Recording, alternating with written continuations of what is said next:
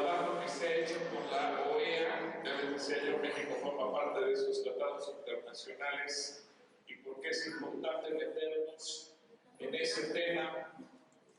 Es curioso porque si ustedes trataran de imaginarse cómo es una reunión de la Organización de Estados Americanos, y uno pensaría, supondría que por ser un evento donde asisten presidentes y cancilleres y embajadores, es una reunión diplomática muy protocolaria, muy formal. Yo no pensaría que lo que menos se habla es de Dios.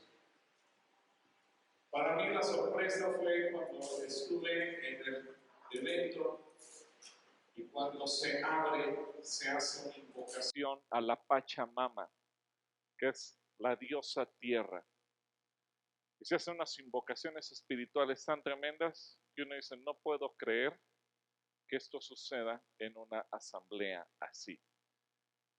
Así que dice el Salmo 2, 1 al 3, ¿por qué se amotinan las gentes y los pueblos piensan cosas vanas? Se levantarán los reyes de la tierra y príncipes consultarán unidos contra Jehová y contra su ungido, diciendo, rompamos sus ligaduras y echemos de nosotros sus cuerdas. Esta semana se discutió en la ONU justamente acerca de la libertad religiosa. Y cuando uno ve este salmo, o lo que dicen de este salmo, y entiende uno lo que ocurre en ese contexto, dice, efectivamente hoy en esas asambleas se reúnen los líderes de la tierra para discutir cómo vamos a pelear contra Jesucristo. Es increíble lo que nos toca ver ahí. Ahora, ¿cómo llegamos nosotros a la OEA?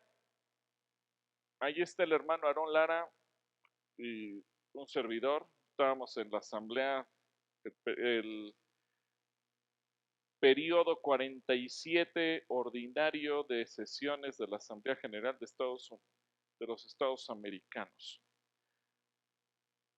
Nosotros llegamos ahí después de haber organizado un congreso iberoamericano por la vida y la familia, de haber estado en diferentes partes del continente hablando de vida y familia, y nos sentimos como cuando está uno parado en la orilla de la alberca y llega un maldoso y te avienta al agua, y tú dices, yo nomás estaba viendo y ya te echaron al agua. Hubo una organización católica que nosotros no nos dimos cuenta, pero nos estuvieron observando y nos estuvieron siguiendo todo el tiempo. Y fueron ellos los que nos propusieron entrar a la OEA.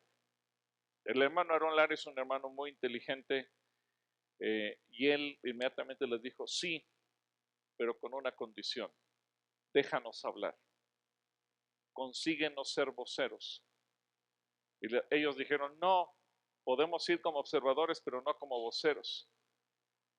Y gracias a Dios finalmente se dio la oportunidad para que fuéramos voceros y pudiéramos estar presentes en ese lugar a nombre de una organización católica. Y aquí quiero resolver también algunas dudas, porque la pregunta es, ¿no caemos en ecumenismo? No, por una razón. El ecumenismo lo que busca es la unidad de la fe, la unidad de la doctrina, la unidad de la iglesia, se crea lo que se crea. Aquí no estamos buscando yendo en unidad ni con católicos, ni con mormones, ni con testigos de Jehová, ni con judíos, ni con nadie más. La iniciativa ciudadana por la vida y la familia es un movimiento eminentemente evangélico. El Congreso Iberoamericano por la vida y la familia es un movimiento eminentemente evangélico. Pero al mismo tiempo estamos conscientes que hay puntos de convergencia donde tenemos que ir y manifestarnos ante los gobernantes. Pero les soy sincero, si solamente fuéramos evangélicos, les aseguro que no llegaríamos ni a 500, porque la iglesia evangélica sigue dormida, la iglesia evangélica sigue desinteresada, la iglesia evangélica sigue desconectada, la iglesia evangélica sigue sin compromiso. Pero ha habido muchos movimientos católicos que están haciendo trabajo. Ellos, yo no sabía, pero los movimientos católicos llevaban años yendo a las asambleas como observadores Pero ellos no tenían argumentos para discutir. Iban, observaban y decían, las cosas están del cocol, pero tampoco hacían nada. Por eso es que ellos dijeron, ¿no quieren ir ustedes? Y nos empujaron. Y cuando nosotros hablamos, les enseñamos a ellos que se podía hablar y les enseñamos que se podían tener argumentos. Y podemos tener argumentos sólidos. Y cuando nos recibe el gobierno, nos recibe porque ven multitudes de 10, 20,000 personas. Pero desgraciadamente en la mayor parte de los estados de la República, los evangélicos no participan porque piensan que eso es del diablo y que no quieren contaminarse yendo a eso. Por eso es que cuando se tiene que manifestar multitudinariamente, pues tenemos que ir con ellos, no para decir creemos lo mismo, sino vamos como un movimiento ciudadano, pues como ciudadanos nos manifestamos a favor de la vida y la familia. Ni siquiera estamos hablando en el nombre de Jesucristo, ni de la iglesia, ni de la religión, ni de nada. Estamos hablando en el nombre de la vida y de la familia, punto. Y tanto les interesa a ellos la vida como a nosotros, y tanto les interesa a ellos la familia como a nosotros. Es más, esta semana, si no me equivoco, ayer, se estrenó a nivel nacional la película de Inesperado, que es la historia de Abby Johnson, una chica que llegó a ser directora de una clínica de abortos en Estados Unidos. Y esa chica tuvo una conversión a Cristo. Ella es evangélica hoy en día. ¿Saben quién produjo esa película? Movimientos católicos. ¿Saben quién trajo esa película a México? Movimientos católicos. Porque así de flojos somos los evangélicos. Entonces, en algún momento tenemos que coincidir con ellos. Ahora, nosotros llegamos, éramos los dos cristianos evangélicos que estábamos ahí nos encontramos la sorpresa de los baños inclusivos y todo ese rollo. Ahí tenemos también cuando nuestro hermano Aarón Lara estaba teniendo la oportunidad de hablar y tenemos diferentes aspectos de esa asamblea. Tenemos ahí a Luis Videgaray, el secretario de Relaciones Exteriores en ese momento, que estaba dando su discurso. Y aquí ocurrió algo muy interesante, porque previo a este momento, tuvimos la oportunidad de saludar a Luis Videgaray. Yo me presenté con él, le dije, mire, yo soy fulano de tal, represento millones de ciudadanos en México que creemos a favor de la vida y de la familia y que no estamos de acuerdo con la ideología de género. Ellos tenían como lema central de la OEA ese año una asamblea con perspectiva de género.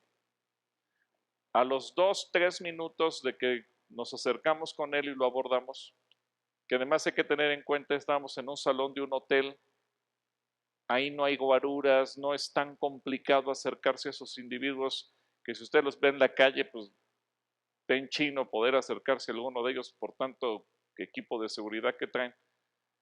A los 2-3 minutos él se sube a dar su discurso inaugural y vemos el primer milagro de parte de Dios, cuando él dice, esperamos que esta asamblea no solamente sea una perspectiva de género, sino también tenga una perspectiva de familia.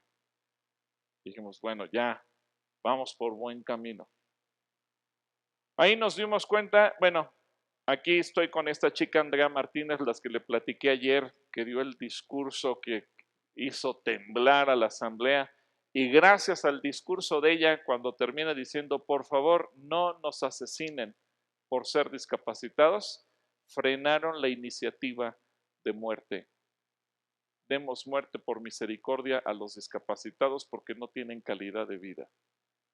Gracias a la voz de esta chica y la ovación de propios y extraños a favor de ella, es que se frenó esa iniciativa. Si no, hoy estaríamos peleando porque no mataran a todas las personas con alguna discapacidad. Pero también nos dimos cuenta que en esas asambleas acuden embajadores de todo el mundo como observadores porque quieren saber qué pasa y cómo se van llevando los tratados.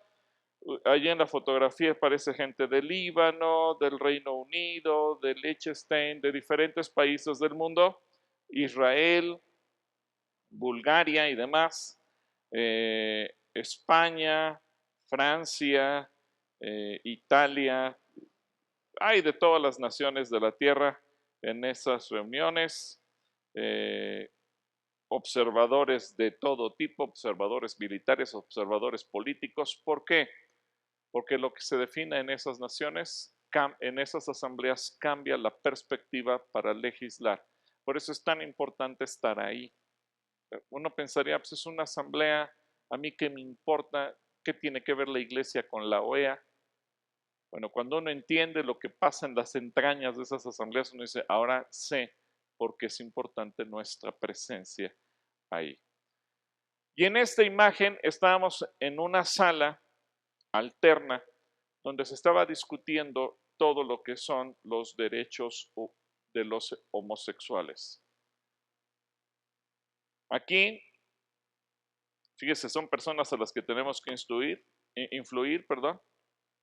Estábamos junto con Luis de Videgaray, el secretario de Relaciones Exteriores, el peloncito que usted ve ahí, el señor Góngora, que era nuestro embajador de la OEA en ese momento. En la foto del centro estoy con Luis Almagro, el secretario general de la OEA, y 3 mujeres católicas que encontré ahí que también iban pro vida y le regalaron así unos pies pequeños en plata, simbolizando los bebés los bebés de 12 semanas de gestación. Y el hombre de la derecha, de traje y corbata, era Miguel Ruiz Cabañas, que en ese momento era el subsecretario para Asuntos de Derechos Humanos. Ese hombre, déjenme decirles, el ambiente era tan perverso, tan feo, lleno de homosexuales, de transvestis, de transexuales, un ambiente pesado, lleno de gritos.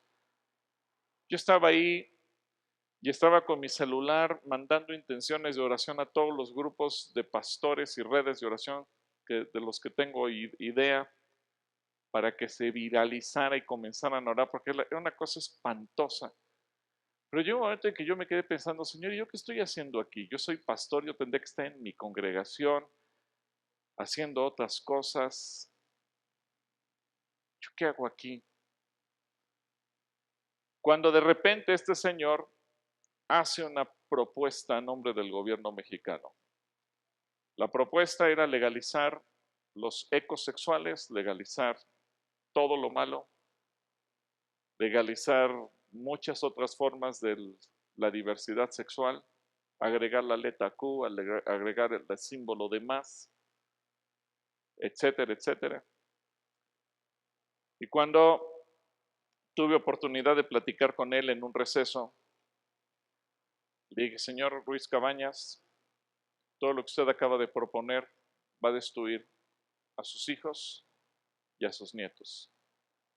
La próxima vez que usted haga una propuesta, piense en las consecuencias que eso tendrá en sus hijos y en sus nietos. El señor no me respondió una palabra, se quedó mudo, no me dijo nada, salió, termina el receso, el primero en pedir la palabra es él, y dice, retiro todo lo que acabo de proponer. En ese momento entendí qué estaba haciendo ahí.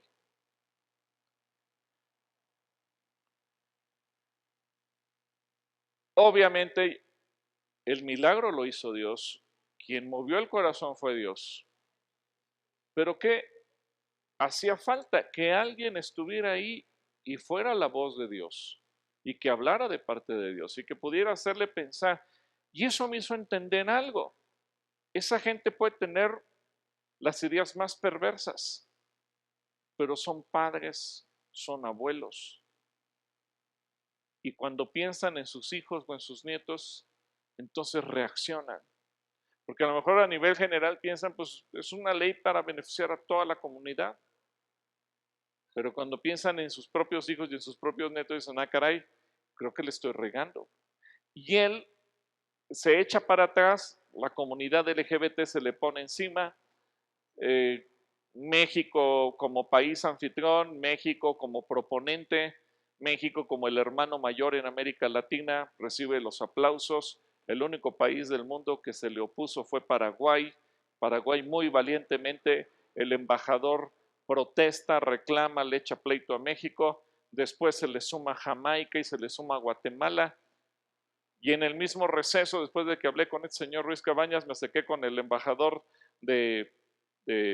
con el canciller de Paraguay, porque él no se metió en el lío de Venezuela que estaban discutiendo, él se metió al lío de los derechos humanos que se estaban gestando aquí, porque ese es un hombre evangélico, pro vida y pro familia. A él le interesaba en carne propia el problema y se encara con este hombre y con todos los demás. Y después de que hablé con él, me acerqué con el paraguayo y le dije, no está solo, millones de cristianos estamos orando por usted. Me dice, gracias. Al final, el peloncito estaba presidiendo la reunión y él dice, no me cambien lo que ya está establecido, y convoca un nuevo receso. Pensemos bien las cosas. Regresamos del segundo receso, Miguel Ruiz Cabañas ya no se atrevió a entrar, manda a su asistente y le pregunta en qué posición queda México y dice, México se retira, ya no sigue adelante. Y en ese momento se cae la votación. ¿Qué pasó ahí? El Espíritu Santo movió todo. Y como el único que siguió en el pleito fue Paraguay, cuando termina la asamblea, todos los homosexuales se van en contra del pobre paraguayo. Así que son verdaderamente guerras. Mire, ahí están en las fotografías. Piensa en tu familia, lo que has propuesto perjudicará a tus hijos y a tus nietos. Esas fueron las palabras que el Espíritu Santo hizo que este hombre pensara. Después de ahí nos fuimos a Washington, ya no íbamos dos, ahora íbamos muchos. Habíamos logrado que fueran 60 personas de diferentes países de América Latina, logramos armar 3 coaliciones, íbamos más voceros. Allí estoy con mi esposa y con Carlos Herrera, un pastor abogado de Tabasco, que es el que ha estado organizando todas las iniciativas junto con otro equipo de abogados.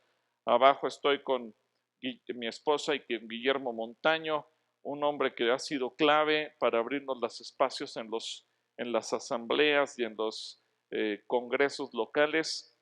Pero ahí nos ve, íbamos en aumento. Ahora ve a todos los cristianos en las instalaciones de la OEA. Por primera vez en la historia, un grupo de evangélicos estábamos yendo a conquistar la tierra.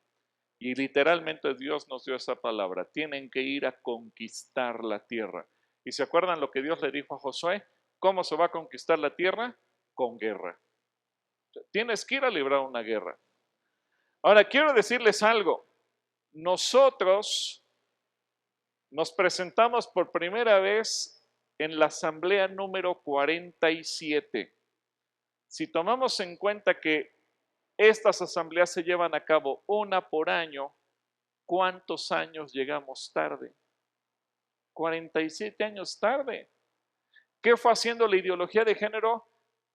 Como la parábola, la figura esa del sapo al que le va subiendo la temperatura 1 grado hasta que lo cociste y el sapito quedó ahí. Lo mismo hicieron con la sociedad.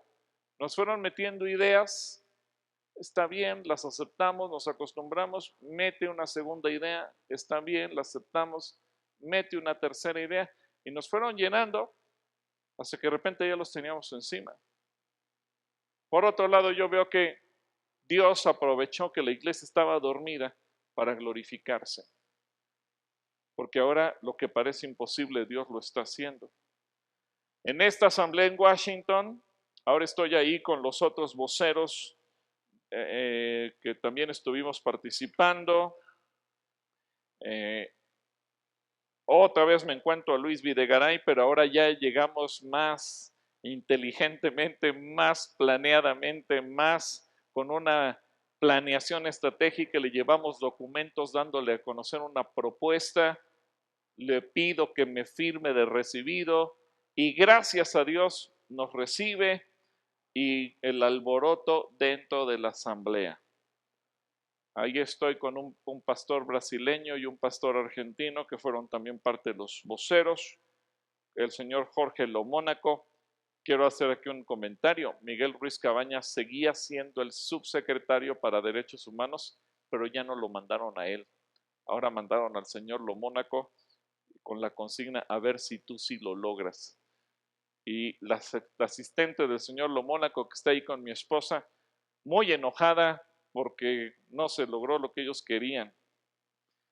Y luego, este señor, él era el canciller boliviano, él iba de parte de Evo Morales.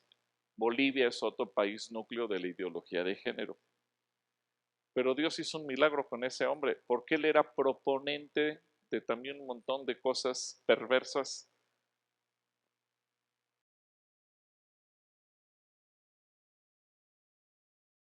Ahora empezamos con la coalición Educación y Cultura para la Democracia. Ofrezco la palabra al señor Gilberto Rocha. Buenas tardes. De los diferentes estados de la OEA aquí en Washington.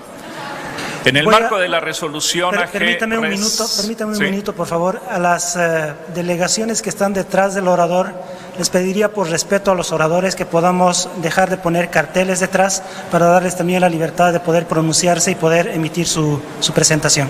Siga usted, por favor. Muchas gracias. En el marco de la resolución AG Res 2904-47O/17 y en relación con la reestructuración de la metodología de trabajo del Consejo Interamericano para el Desarrollo Integral, vemos con preocupación la firma de la Declaración de Bahamas de febrero del 2017, en la que los ministros de Educación de los Estados miembros de la OEA adoptaron la Agenda Educativa Interamericana. A este esfuerzo, que suena positivo, le acompaña el desacierto de haber despreciado e ignorado la presencia y aportación de las organizaciones de la sociedad civil, no solo en el diseño de la agenda educativa, sino en cada una de las sesiones de la Reunión Interamericana de Ministros de Educación y la Comisión Interamericana de Educación. Es imprescindible la necesidad de una revisión ciudadana y participativa de la calidad educativa regional, así como de profundidad y cohesión generada de espacios culturales que los Estados miembros deben priorizar en sus políticas públicas. Estas medidas permitirán generar una cultura de respeto e igualdad frente a las libertades civiles, como el derecho de expresión, de asociación, de libertad religiosa, de pensamiento, incluso de objeción de conciencia, así como una mayor calidad educativa verdaderamente científica y ajena a ideologías subjetivas, como un derecho humano de niñas, niños y adolescentes. Por ejemplo, si la ciencia dice que la vida comienza con la concepción, eso enseñemos y proporcionemos seguridad a esas personas no nacidas. Hoy estamos en un momento histórico en el que debemos elegir entre la vida y la muerte, entre hacer el bien y el mal. Elijamos pues la vida para que vivamos seguros nosotros y las siguientes generaciones. No podemos hablar de seguridad matando gente. Sigue siendo una lamentable realidad que nuestros niveles educativos son deficitarios en comparación con países de nuestra propia región y peor aún con países europeos y asiáticos. Y más grave aún, que en vez de invertir recursos en el mejoramiento académico y capacitación docente, se invierta en incluir de manera obligatoria y en contra de la opinión de padres de familia temas ideológicos, dogmáticos y subjetivos en el currículo escolar. El sistema educativo no debe ser direccionado para fortalecer una postura ideológica ni dogmática como la ideología de género, porque atenta contra el Estado laico que debe garantizar la neutralidad en temas de conciencia, no privilegiar una posición ideológica o religiosa, pero no atentar contra ninguna, pues está invadiendo el derecho humano a la libre determinación del individuo. Sin duda, los derechos humanos, la democracia y el Estado de Derecho que buscamos implementar en nuestro hemisferio se verán fortalecidos en la medida que los esfuerzos realizados en favor de la educación y la cultura se supediten únicamente a la libre autodeterminación del individuo. Y es por ello la necesidad de dejar bien claro que los modelos educativos deben contemplar en sus planes y programas de estudio la convicción científica de identidad que una persona tiene desde su nacimiento como varón o mujer, ya que la ciencia señala que aunque una persona se opere según sus preferencias, sus cromosomas lo seguirán identificando por lo que en realidad es. Por lo que el trastocar ese principio científico, y más aún en las niñas y en los niños que aún no tienen capacidad de entender y comprender su entorno, es un claro atentado a su identidad, que es el derecho humano más valioso que cada persona pueda tener. Señalamos la importancia capital de la participación de los padres de familia en el proceso educativo de sus hijos. Es un derecho vigilar, acompañar, supervisar e incluso cuestionar lo que se les enseña a sus hijos, y su papel debe ser la prioridad, pues hoy somos testigos de que la falta de esa supervisión provoca tragedias y violencia en la sociedad. Los padres no pueden ser segregados o alejados de la educación de sus hijos. Deben ser parte integral de los esfuerzos del Estado por formar sociedad más sólidas y moralmente fuertes, porque un país será tan fuerte y seguro como lo sean las familias que lo componen. Educación es...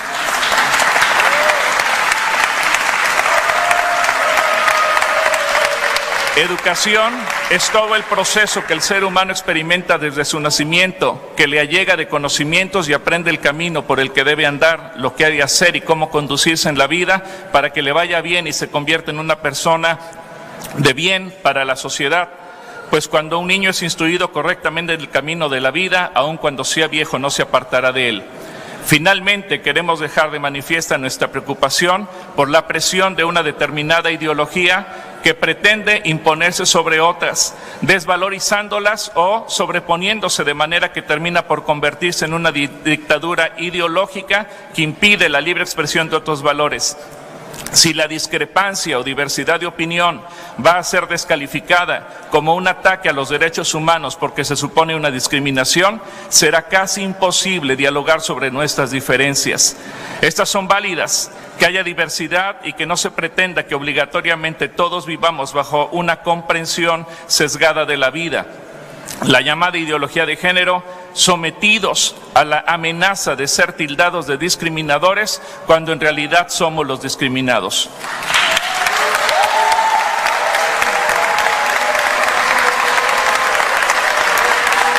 Lo anterior no representa coartar la libertad de autodeterminación de cada individuo en materia de preferencias, pero entendiéndolo como lo que en realidad son preferencias. La ciencia, la cultura y la educación no son, la ciencia, la cultura y la educación son de los más preciados bienes del ser humano. No dejemos que sean secuestrados por unos cuantos, y mucho menos cuando de por medio están nuestros hijos, presente y futuro de la humanidad. Pensemos bien que lo que decidamos hoy definirá el futuro de nuestros hijos y de las siguientes generaciones. Si formamos niños confundidos, tendremos una sociedad caótica. Recordemos que cuando la gente conoce la verdad la hace libre. Muchas gracias.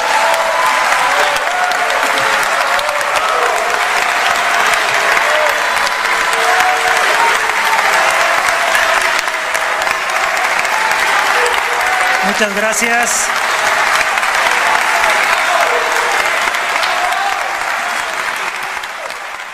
Bueno, ese señor iba representando al gobierno de Evo Morales. Al final de que hablaron los otros voceros y un servidor, se acercó y me dijo: ¿y ustedes dónde estaban? Los necesitamos aquí. Al día siguiente, ese señor cambia el voto de Bolivia y se genera otro pleitazo.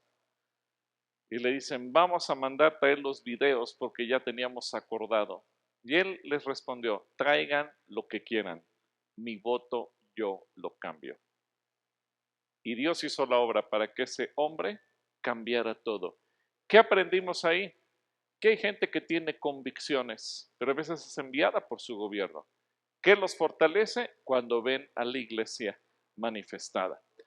Entonces, seguimos avanzando y entonces el siguiente año llevamos 96 organizaciones, 132 personas, 5 coaliciones, 3 medios de comunicación y fuimos creciendo en nuestra presencia en la OEA y llegó un momento en el que tuvimos a Patricia Cortés de México, Marcos Camargo de Brasil, Silvana Vidal de Argentina, Clara Rocha, mi esposa, y Milagros Aguayo de Perú.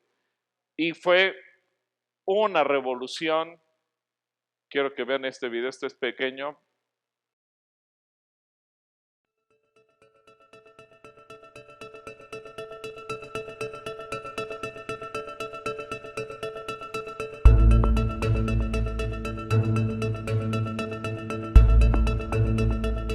Los intereses personales de los comisionados y jueces han pasado a reemplazar lo pactado por los estados. Los jueces internacionales, contradiciendo el texto sobre el cual se obligaron nuestros estados, pretenden dejarlos indefensos frente a interpretaciones arbitrarias, antojadizas e ideológicas, mal llamadas interpretaciones evolutivas de los tratados. Los enemigos de la libertad han impuesto su modelo de pensamiento y de conducta, atentando contra el marco de derechos humanos. Este atropello que han sufrido periodistas, líderes de opinión, activistas, padres de familia y estudiantes nos afecta a todos. Hoy estamos aquí para denunciar que esta organización, lejos de defender la vida y la familia, tal como se establece en los artículos 4 y 17, ha caído en el vicio de fomentar la muerte de inocentes y propiciar el debilitamiento de la familia. La solución para nuestro continente no es debilitar a la familia, sino fortalecer el núcleo de mayor protección para el ser humano. Ese núcleo de protección que es el poder crecer con un padre y una madre. Días atrás en México fueron arrestadas 4 madres de familia que pedían reconocimiento a la libertad de educar a sus hijos conforme a sus convicciones. Mujeres que libremente asociadas expresaban su descontento a la reforma educativa, la cual obliga a educar en todas las escuelas con base en la ideología de género. A ideologia de gênero, uma bomba de retardo gerada pelo desrespeito à vida e contra a família. O aborto, a arte falsificada que patrocina o genocídio de inocentes. La OEA, los Estados miembros y la ONG asistentes debemos asumir su defensa y protección para garantizar este principio democrático que es el respeto a la vida. Más derechos para más gente, y esto incluye a los no nacidos.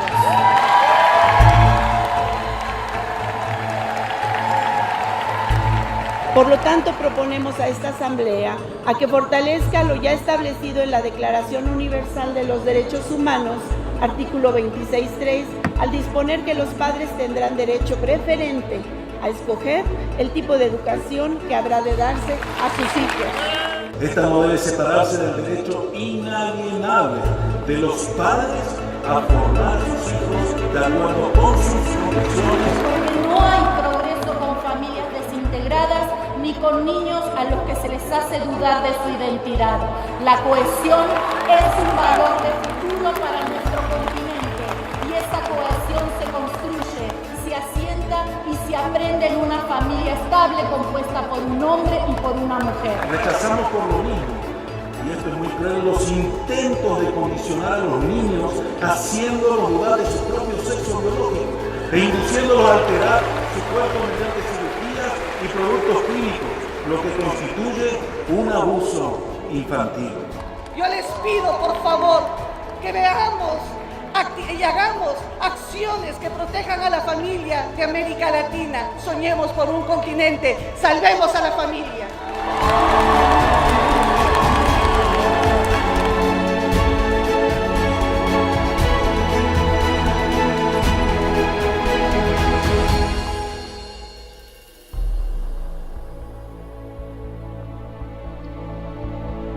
Así que como ustedes pueden ver, las voces se multiplicaron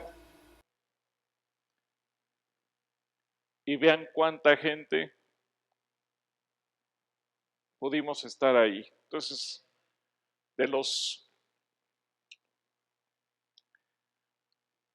del primer año que solo éramos 2, pues ahora resulta que éramos una multitud. ¿Qué ocurrió ahí? Pues que la propia OEA se sacó de onda, o sea, que se sintió desconcertada y ocurrió otro milagro, porque al día siguiente, bueno, yo había capacitado a todos los asistentes, les habíamos dado instrucciones, todo el equipo de Iniciativa Ciudadana se había metido a investigar y sabíamos nombre, apellido, gustos, preferencias, enfermedades, situación familiar de todos los cancilleres y de todos los embajadores. Sabíamos todo de ellos. Entonces los habíamos capacitado y les habíamos dicho, miren, cuando ustedes se presenten, basta 1 minuto que los pesquen para ir al baño y a cada quien le dijimos a quién se tenía que acercar y lo que tenían que hacer. Ese fue nuestro plan, pero Dios siempre tiene planes mayores que los nuestros.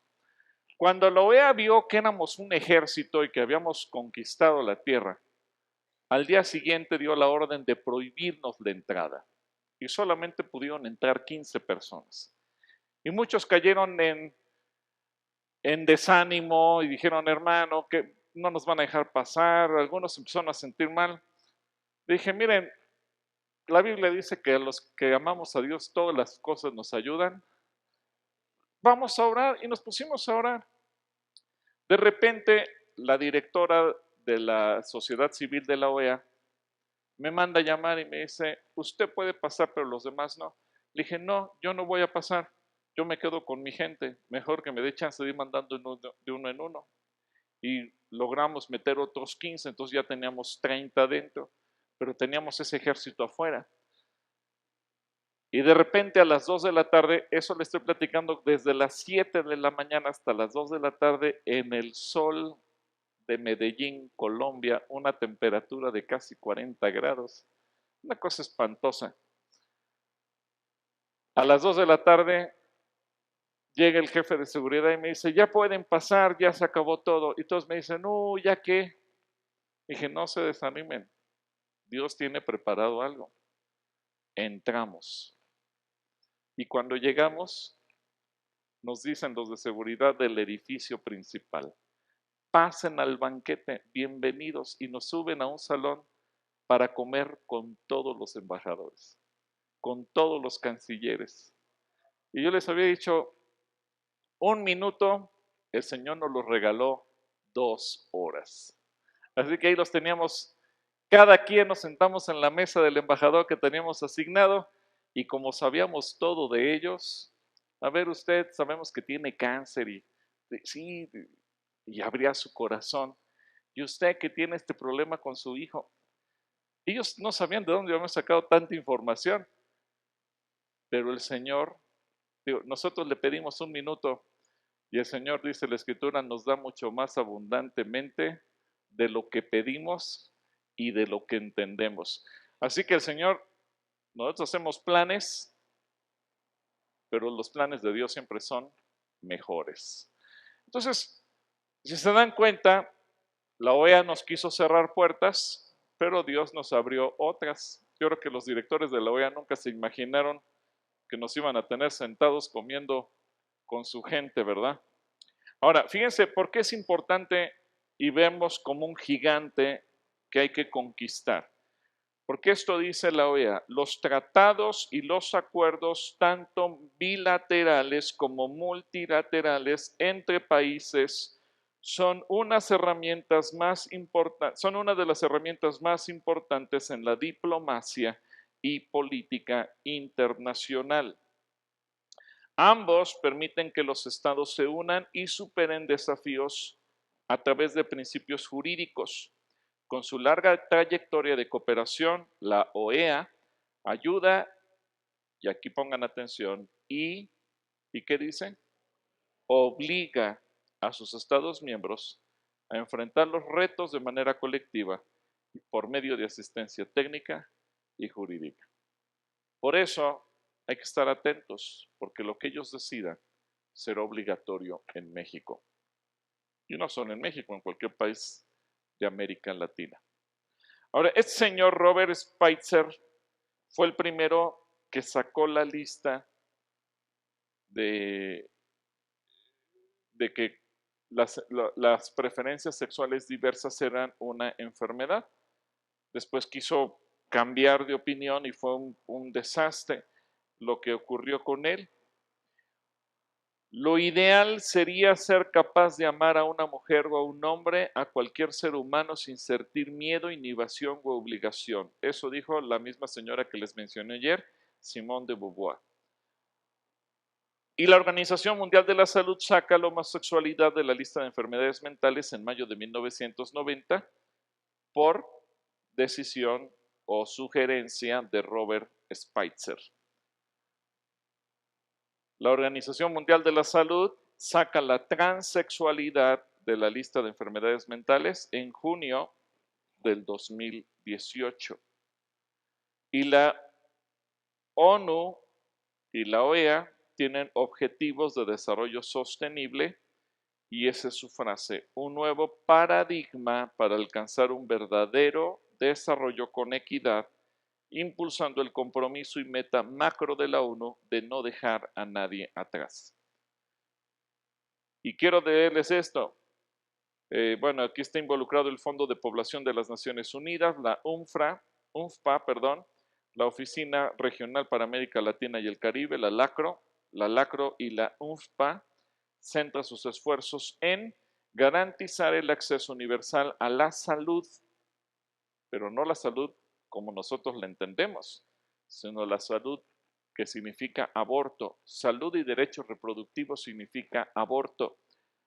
A servicios de salud sexual y reproductiva de calidad, acelerar los esfuerzos de la región para garantizar y lograr la cobertura sanitaria universal, incluyendo la reducción de la mortalidad y morbilidad maternas, planificación de la familia, información y educación y la integración de la salud reproductiva en las estrategias y programas nacionales.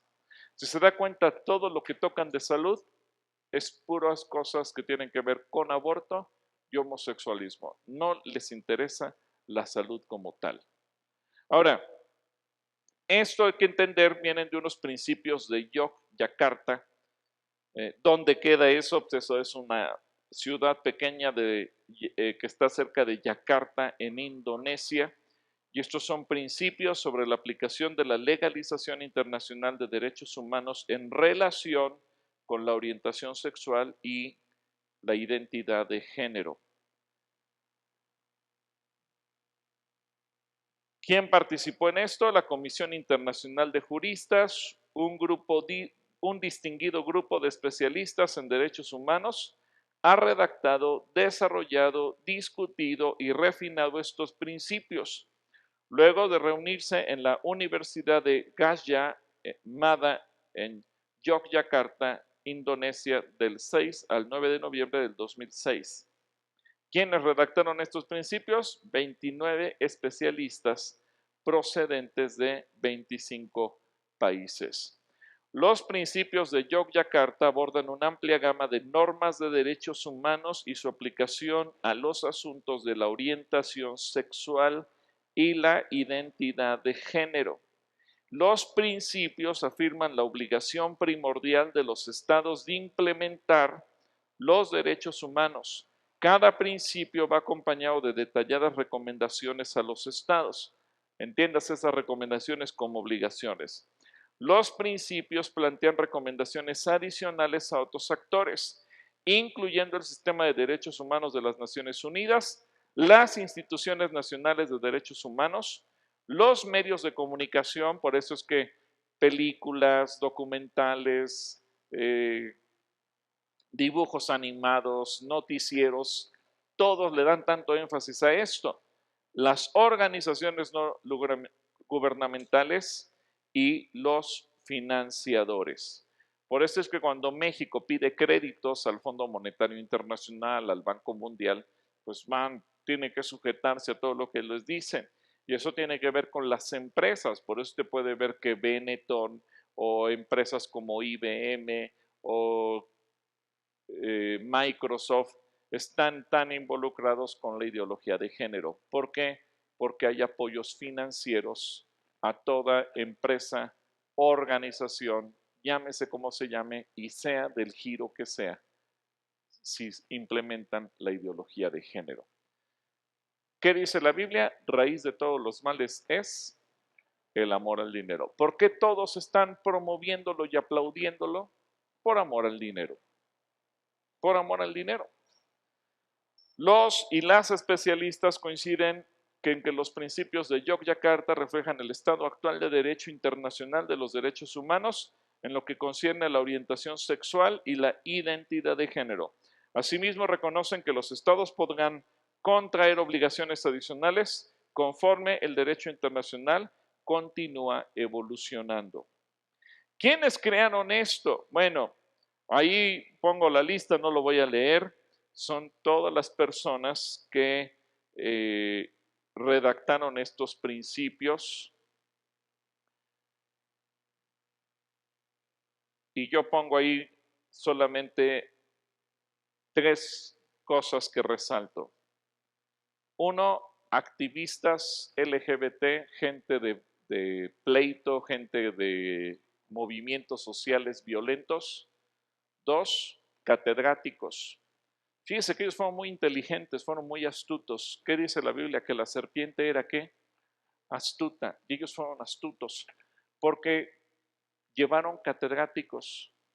¿Por qué catedráticos? Porque eso les estaba dando el estatus de autoridad académica. Si lo dicen las universidades, tiene autoridad moral, tiene la autoridad de la academia, la autoridad de la ciencia, aunque estén inventando cosas. Llevaron jueces. ¿Por qué jueces? Porque tenían la autoridad legal. Entonces ellos combinaron la violencia de los activistas, la autoridad de los académicos y la autoridad legal de los jueces. Esos 3 elementos en estos hombres y mujeres le dieron la autoridad a la ONU para decir impongamos la ideología de género a nivel internacional. ¿Entiende cómo se van moviendo ellos? Entonces, ellos no son tontos. Entonces, 29 jueces, activistas y catedráticos le marcan la línea al mundo vía la ONU. ¿Quién iba a decirlo? 29 personas iban a cambiar la historia del mundo. Legalidad, escándalo y credibilidad. Pero como le dijo el rey David, antes de que fuera rey, David a Goliat. Tú vienes a mí con espada, lanza y jabalina, pero yo vengo a ti en el nombre de Jehová de los ejércitos. Ellos podrán venir en nombre de la ONU, pero nosotros vamos en el nombre de ¿quién? De Jehová de los ejércitos, en el nombre de Jesucristo, el Rey de reyes y Señor de señores, y Él es más poderoso que todos ellos. Por eso yo creo que la iglesia no debe doblar las manos. Yo creo que la iglesia puede y debe inmiscuirse. Y luego, fíjese bien, este grupo de el Consejo Económico y Social de la ONU otorga un estatus consultivo al colectivo LGBTI. Es decir, toda decisión económica que se toma en la ONU pasa por manos de los colectivos LGBTI. Tienen ese poder. Si México necesita financiamientos, ¿a quién tiene que ir? A los colectivos LGBTI. Por eso es que México quiere legalizar todo lo que tiene que ver con ideología de género, porque es el filtro que le ponen. ¿Entiende la dinámica? Por eso es importante que lo podamos frenar y que no digamos, pues ni modo. En 1993 se les concedió eso. Después se lo retiraron en el año 2011, pero después los volvieron a aceptar porque hubo reclamos. Ahora yo me pregunto, si ya una ocasión les retiraron eso, ¿usted cree que se pueda lograr que se los vuelvan a retirar? Yo creo que sí. Ahora, tristemente, ¿cómo fue que le volvieron a dar el estatus de consejo consultivo? 29 votos a favor, 13 en contra y 6 abstenciones. Y ahí aparecen los países que le votaron para darle su estatus. Italia, Letonia, Malta, Noruega, Eslovaquia, España, Suiza, Ucrania, Reino Unido, Australia, Bélgica, Estonia, Finlandia, Francia, Alemania y Hungría. De parte de Asia, India, Japón, Mongolia y Corea. Y en América Latina, México, Nicaragua, Perú, Estados Unidos, Venezuela, Argentina, Canadá, Chile y Ecuador. Ellos hablan de 17 objetivos de desarrollo sustentable. Ellos tienen un plan de aquí a los próximos años, 2030. Ellos le llaman la Agenda 2030 de la ONU con objetivos de desarrollo sustentable. Y hablan del fin de la pobreza, pero no es los pobres por darles más dinero o buscar del desarrollo. Es matemos a los pobres para que haya menos pobres. Cuando uno ve eso, uno diría, qué padre, o sea, son buenos objetivos, pero no es lo que parece. Tú entiendes, fin de la pobreza, saquemos a la gente de la pobreza, llevémosla a prosperar. Ese es tu concepto, el concepto de ellos, no, fin de la pobreza, matemos a los pobres y acabamos con los pobres. Son conceptos diferentes, pero su lenguaje es engañoso. Y cada uno de esos objetivos van llenos de esa ideología. Por eso es que es importante cuidar lo que está pasando. Luego, bueno, no quiero invertir mucho tiempo más en eso. La ONU afirma el día de hoy que existen 112 géneros distintos. Yo no sé cómo explicarle a un niño, hay un género que se llama el género del tercer espíritu. ¿Cómo manejarán eso? No tengo ni idea. Pero quiero cerrar esta parte con Habacuc 1 del 2 al 5. ¿Hasta cuándo, oh Jehová, clamaré y no oirás? Y daré voces a ti a causa de la violencia y no salvarás. ¿Por qué me haces ver iniquidad y haces que vea molestia? Destrucción y violencia están delante de mí, y pleito y contienda se levantan.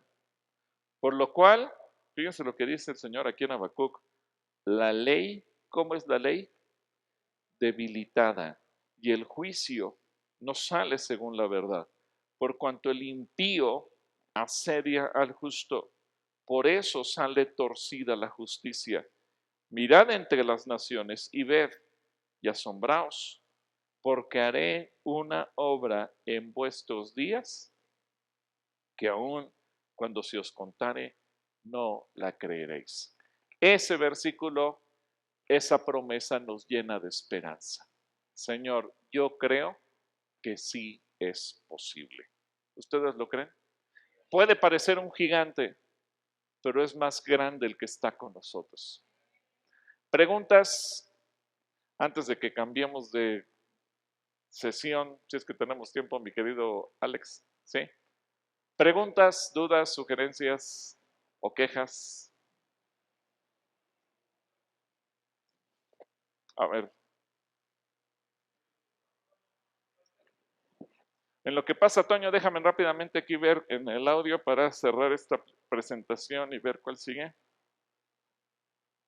Ahí voy, Toño. Déjame checo. Sí, por favor.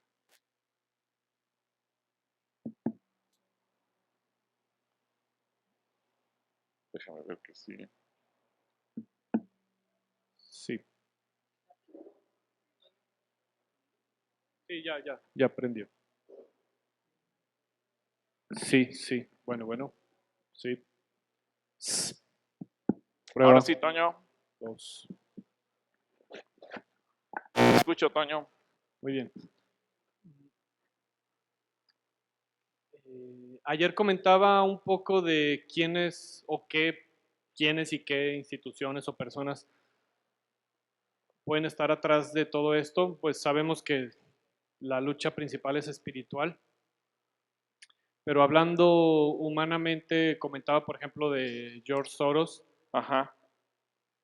¿Qué tanto esto puede parecer, o porque así parece, si se comenta así espontáneamente como una teoría conspiracionista, y qué tanto respaldo hay en decir tales instituciones, tales personas, los intereses son monetarios, o sea, porque sí interesaría saber fundamentos para poder también defender los puntos de nosotros o contrarrestar los puntos. Entonces, por ejemplo, respecto a George Soros e instituciones económicas. Él es uno de los principales por cual él mueve redes de trata de personas.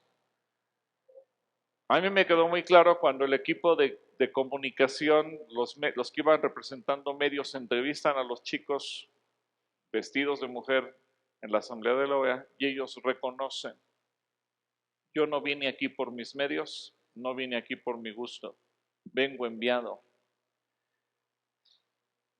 Obviamente participar en la OEA cuesta dinero, sí, y lo tenemos que pagar de nuestro bolsillo, nuestro avión, nuestro hotel, etcétera. Cuesta dinero.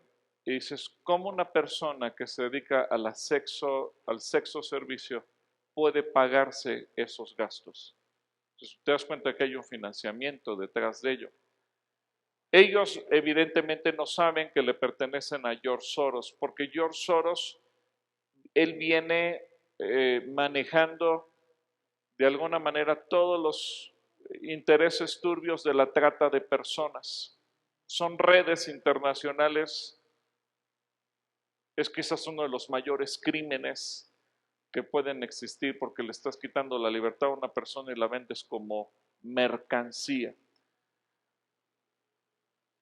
El hecho de que de los intereses económicos desde la ONU es fácil entenderlo al mirar que son parte del Consejo Consultivo Económico. Podríamos pensar y estar todos de acuerdo ofreciéndoles el beneficio de la duda si tan solo tuvieran un lobby LGBT en la ONU para defender sus derechos. Lo que es inconcebible es que ese lobby tome las decisiones económicas de la ONU. ¿Por qué ellos? ¿Por qué condicionar? Tú, México, si no cambias tus leyes, no te presto dinero. Ahí te das cuenta que hay un interés económico. ¿Quieres que te condone impuestos? ¿Han leído ustedes las noticias en donde a Televisa se le condonaron 4,000 millones de impuestos? Y sí, sale a la luz, pero el gobierno se queda callado. A TV Azteca se le condonaron 5,000 millones de pesos. Sale a la luz, el gobierno guarda silencio. ¿Por qué? Porque son pactos. Sí, un periodista valiente lo pueda sacar a la luz. Eso no sirve de nada.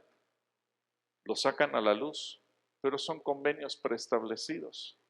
Yo promuevo, tú me das dinero. Benetton,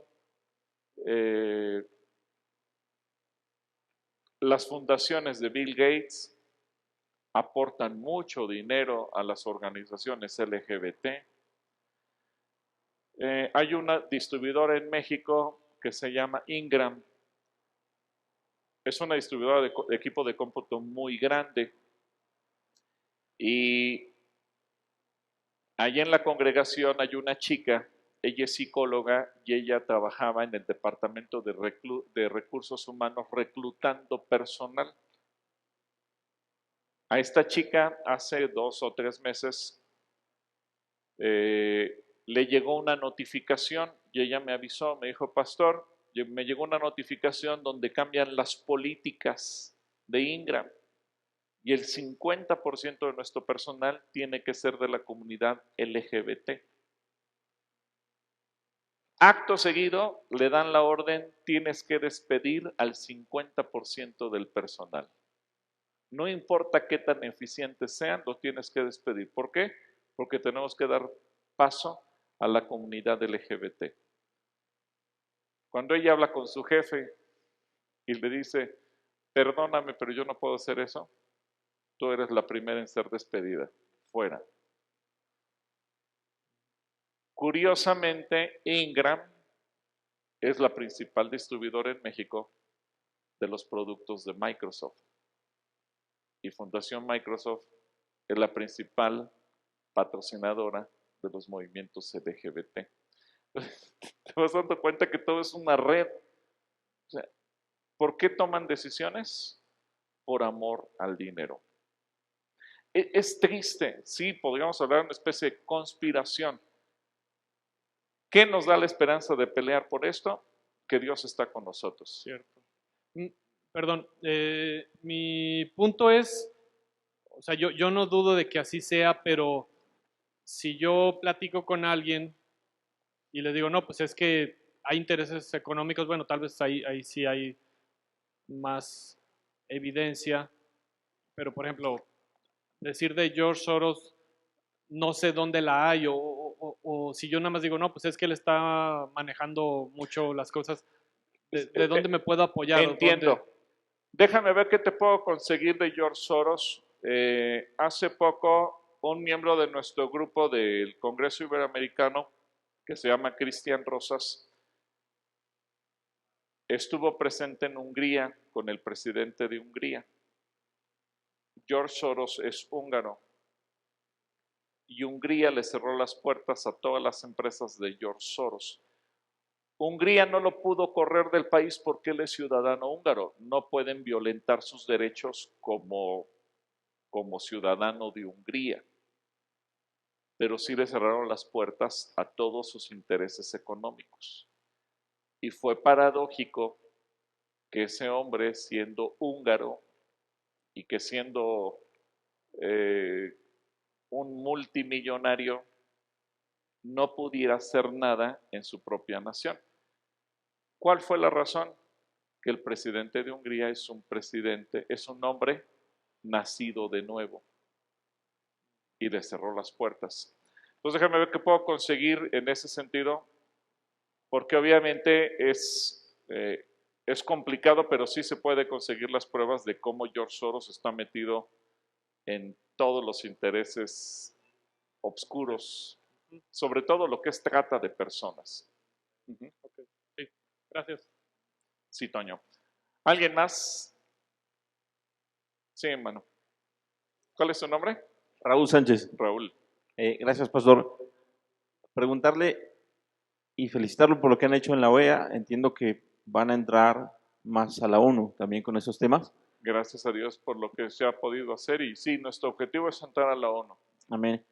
Desde su experiencia como cristianos, ¿qué más necesitamos hacer? Obviamente la base es la oración, la relación con Dios, pero ¿qué más preparación hace falta o qué tipo de perfil es el que se necesita para no nada más ir como observadores, a lo mejor tener algún cargo, así como ellos tienen presencia, se les ha dado un estatus de consultores, se puede hacer algo, tal vez no con un nombre religioso, no representando a una organización religiosa, pero sin duda para ser de mayor influencia en estas organizaciones? Tienes toda la razón del mundo. A fines de octubre vamos a tener un encuentro con políticos de Sudamérica y de Donald Trump. Ahora quiero aclarar una cosa, yo no soy partidario de Donald Trump. Trump a mí lo personal me cae gordo. Pero Donald Trump es como Ciro, el rey de Persia, un tipo pagano, es un tipo de lo peor, pero que Dios dice es mi siervo. Porque Donald Trump ha defendido la vida, ha defendido la familia, les ha cortado fondos, nada más que él también se tiene que enfrentar a toda la organización poderosa de Estados Unidos, a su propio secretario de Estado, que es, o su departamento de Estado, que es como su contraparte y que se niega. Y el motivo de esa reunión va a ser solicitar tener un estatus consultivo dentro de la ONU, como un bloque pro vida y pro familia. No lo estamos pidiendo a título de iglesia cristiana evangélica, lo estamos pidiendo un lobby a favor de la vida y la familia. Eso es lo que queremos hacer, generar un contrapeso. Obviamente no podemos ir pastores, sino que tenemos que enviar gente que tenga un estatus diplomático, gente que conozca de leyes, gente que esté bien preparada. Y una invitación aquí en la iglesia es, tenemos que levantar jóvenes preparados. Miren, para que se den cuenta de la clase de preparación que tienen nuestros políticos. El miércoles en Oaxaca aprobaron modificar el Código Civil a favor del aborto. Pero los diputados son tan ineptos que no sabían que para poder hacer eso primero tenían que modificar la Constitución. Así que su cambio quedó sin efectos. Se dieron cuenta cuando Rodrigo Iván Cortés, el presidente del Frente Nacional por la Familia, un hombre católico, se los hace ver. Pero además Rodrigo Iván Cortés es un tipo muy preparado. Él es filósofo, abogado, él fue regidor en Naucalpan, fue presidente municipal de Naucalpan, fue diputado local, fue diputado federal. Es un hombre con una carrera política y una inteligencia y una preparación muy vasta. Cuando él sale a dar una conferencia de prensa y dice, este cambio queda inválido porque no modificaron la Constitución, los diputados de Oaxaca dijeron, caray, pues hay que cambiar la Constitución, y se dieron cuenta que no pueden. Ellos pensaron que le iban a cambiar entre ellos y no sabían que necesitaban la aprobación de los 575 municipios del estado de Oaxaca y se quedaron con las ganas. ¿Qué significa eso? Ellos ni siquiera saben cuál es el procedimiento que tienen que seguir para cambiar una ley. En ese nivel de ineficiencia estamos. ¿Qué necesitamos tener? Gente preparada, pero gente de valores. Y eso lo tenemos que lograr. Imagínense que la iglesia postulara buenos cristianos a puestos de gobierno. Y no me refiero a un partido en particular. Yo creo que los cristianos tendrían que infiltrarse en todos los partidos políticos. En todos.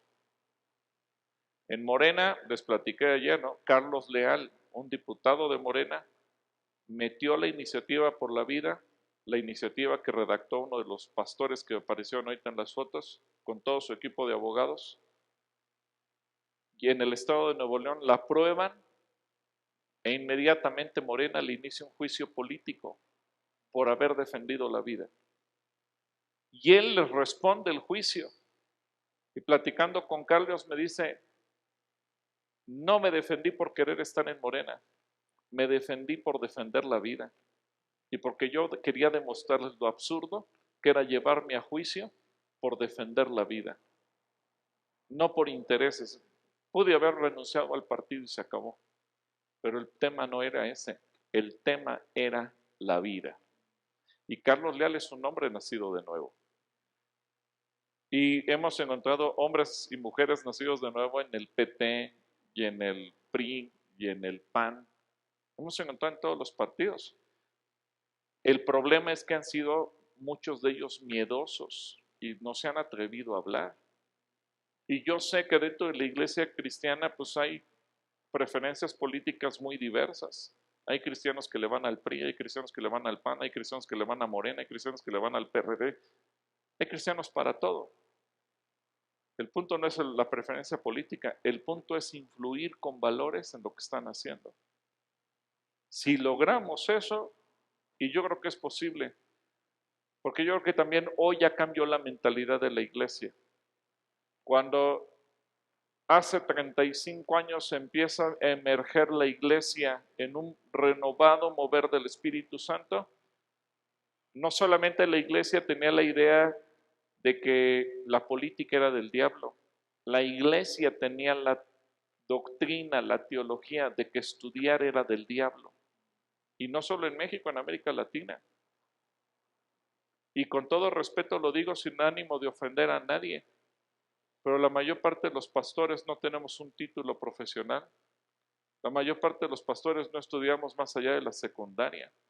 Y eso se lo enseñamos a las congregaciones, no estudien. Y de repente nos damos cuenta, ¿por qué estamos en el hoyo? Pues porque echamos fuera el conocimiento.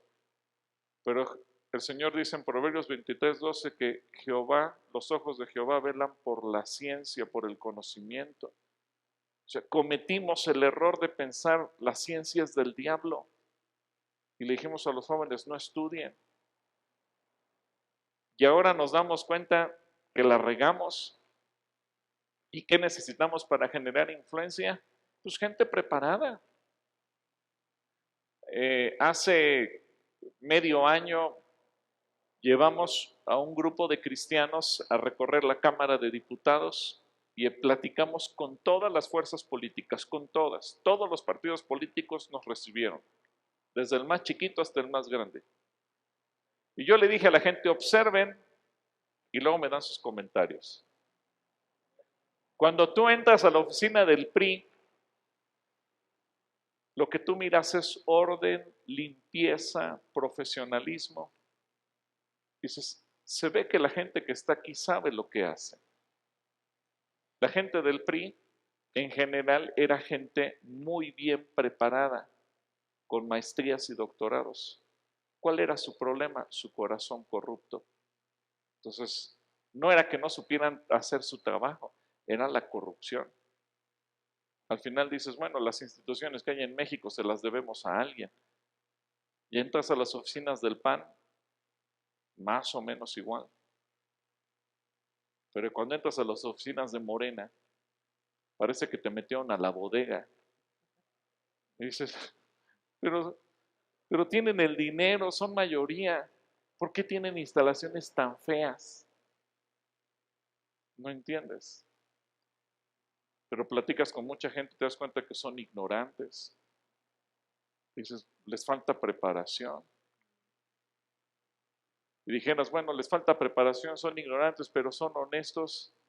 Dices, pero tampoco, o sea, los otros eran preparados pero corruptos y ahora son ignorantes pero corruptos. Y dices, ¿cuál fue la diferencia? Ninguna. Estamos igual o peor que antes. ¿Qué necesitamos? Cristianos honestos. Desde que yo escucho el Evangelio, siempre he escuchado que dicen, no, vamos a orar por un presidente cristiano. Pues sí, decimos, gloria a Dios, un presidente cristiano. ¿Y de dónde va a salir el presidente cristiano? De la iglesia. Ese niño que está ahí, ¿cómo te llamas en la cámara? David, ¿cuántos años tienes? 14. Tenemos que poner los ojos en gente como él, porque ellos van a transformar a México. Y tenemos que impulsarlos. Hace poquito, en una velada de oración, una mamá se acercó y me dijo, hermano, ayúdeme a orar porque mi hijo quiere ser político y yo no quiero porque eso es del diablo. Y yo le dije, hermana, mejor voy a orar por ti porque necesitamos políticos. Y en estas elecciones pasadas él quedó como regidor. Y ahorita lo acaban de postular para que sea candidato a ser diputado. Yo veo que Dios lo va a llevar en una trayectoria. O sea, yo creo que sí es posible. ¿Alguien más? Sí, Memo. Es una pregunta más sencilla, pero, por ejemplo, cuando vamos y compartimos el Evangelio, yo te platico un poquito como trasfondo. Por ejemplo, yo le he compartido, como les digo aquí en la iglesia, ¿no? Yo a lo que se mueva, ¿no? Le comparto. Y le he compartido también a gente, por ejemplo, que es homosexual como tal. Una persona, por ejemplo, le preguntaba un poquito cómo fue todo eso. Y dice, no, ¿sabes qué? Llegó el momento, yo desde chico veía ciertas cosas, bla, bla, bla. Y le dije, ¿cómo lo tomaron tus papás? Dijeron, pues mal. De hecho, me mandaron a un psicólogo para hacerme entender que yo estaba mal. Le dije, ¿qué pasó? El psicólogo los manda a hablar para hacerlos entender que ellos estaban mal y no yo. Y, o sea, digo, una pequeña muestra para ver todo el adoctrinamiento, a tal grado que cuando tú le compartes a alguien y lo confrontas, por ejemplo, con su pecado, le hablas, por ejemplo, de mentira, de robo, etcétera, la gente normalmente, o sea, hasta ahorita no me he topado con alguien que diga, no, pero pues, ¿por qué es pecado eso? ¿Sí me explico? Pero cuando hablas, por ejemplo, de, oye, pues es que una relación homosexual no es correcta, es pecado, ya están tan adoctrinados que se quedan de, ¿pero por qué? Pues si simplemente es mi preferencia. Obviamente podemos decirle, la Biblia dice, ¿no? Pero tú, ¿qué les comentas? ¿Qué ha pasado cuando te topas con gente así? O si te pasara, ¿tú qué dirías? ¿O cómo lo manejarías? Ok. El punto no es tratar el homosexualismo de manera directa, sino llenar los vacíos que tiene ese ser humano. Okay. Esos vacíos pueden ser muy diversos. Uno, puede ser que él haya sufrido algún tipo de abuso sexual. Dos, la ausencia paterna. Okay. Ese es el común denominador. Déjame decirles una cosa, hoy en México está creciendo el índice de homosexuales, pero según el INEGI, y anoche me enteré que aquí tienen las bases del INEGI, según el INEGI, 55% de los hijos, de los niños en México, 55% crecen sin figura paterna. Eso es dramático. Y eso nos está hablando de exponencialmente crecer el homosexualismo. Porque a veces ellos lo que están buscando es el cariño del papá. Y es un fenómeno que a veces tú ves un chico de 15 años que anda con un tipo de 50. Y ese tipo de 50 lo inducen al homosexualismo. Porque el niño no estaba buscando el homosexualismo per se. Lo que estaba buscando era al papá. Y fue engañado. Y él cree que lo que le están dando es amor.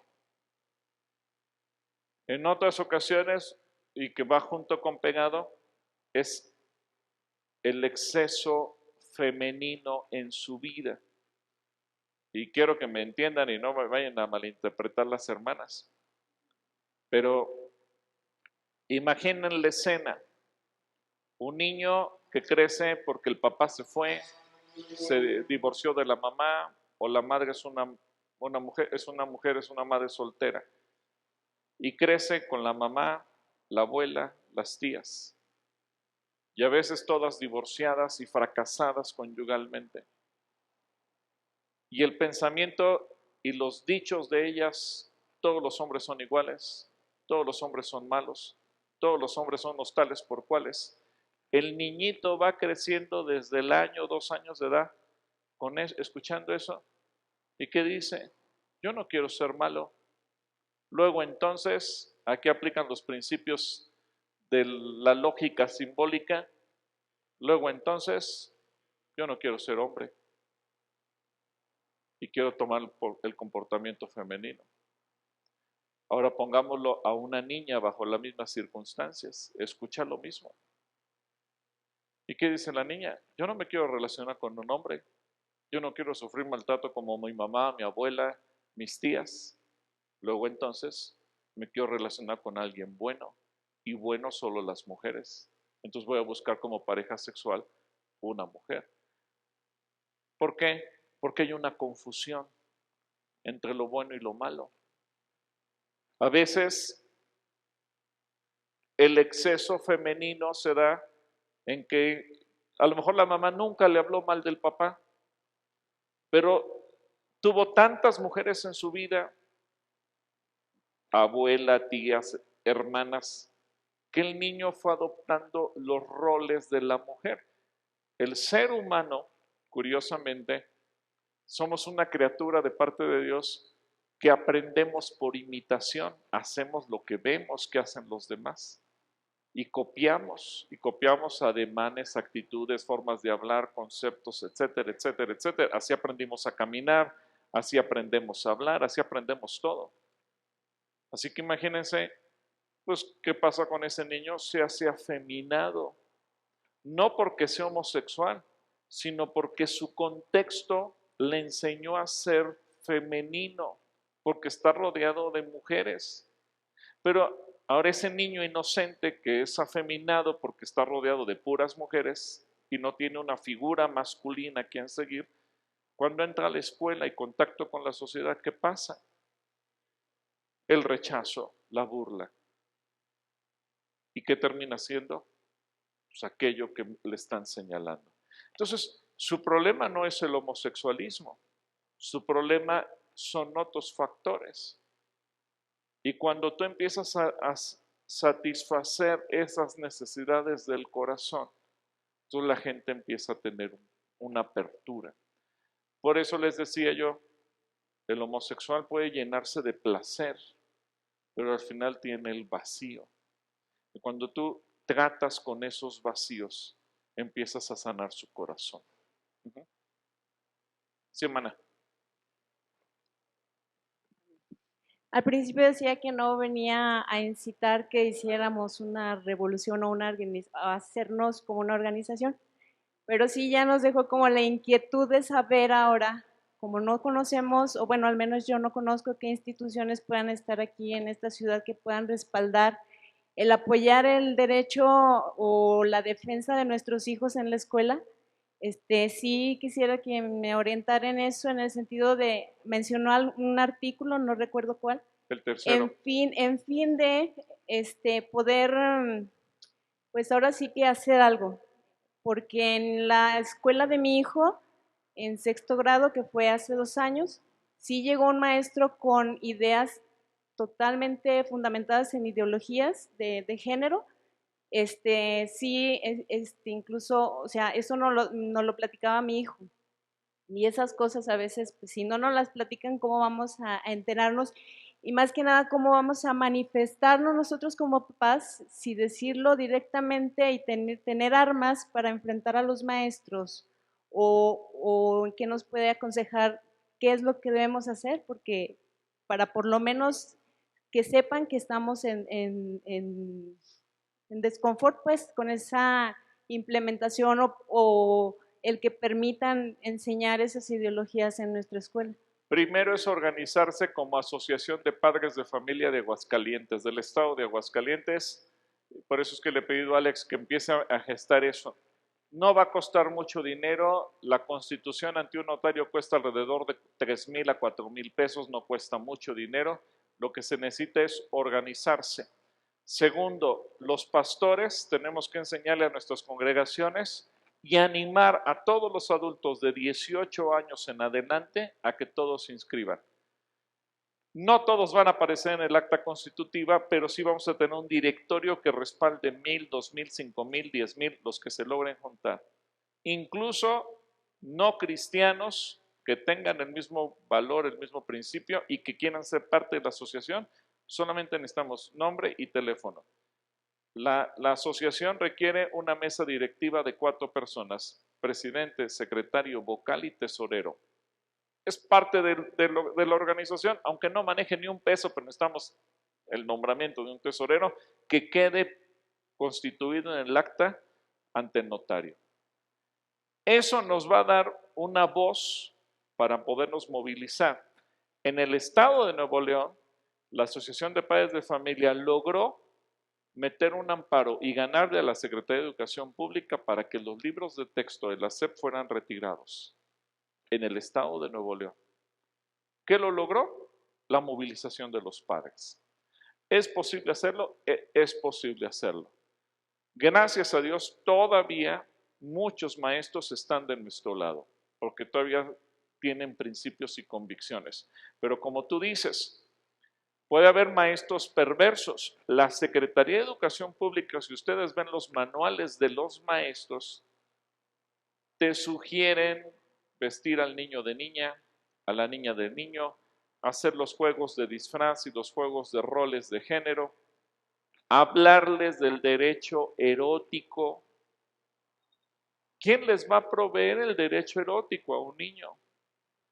Que no es malo la desnudez en público, que no es malo tener múltiples parejas sexuales, tener relaciones un niño con una niña con un niño, que se autoexploren, que se autotoquen.